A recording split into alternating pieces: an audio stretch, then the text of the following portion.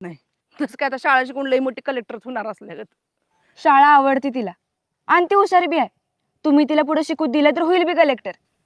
रेश्मा, आपण दिसभर काम करून गेलं की रात्री भाजी भाकर खाताना त्या मालिकेतल्या रिक्षावाल्याच्या पोरीलाच कलेक्टर झाल्याचं बघून समाधान मानायचं असते.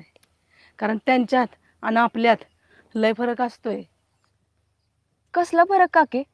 ती बी गरीबच असते की. होय, पण तिचा बाप रिक्षा चालून तिला कलेक्टर करतो. आणि हिचा बाप काय, दिवशी पण स्वतः रिक्षाहून येतो आणि दिसल त्याच्या अंगावर रिक्षा घालतो.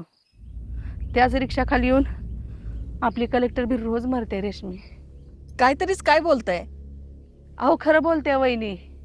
एखादं गरीब खायला अन्न नाही म्हणून उपाशी मेलेलं बरं, पण सपान मेलेलं लय वाईट असतंय बघा.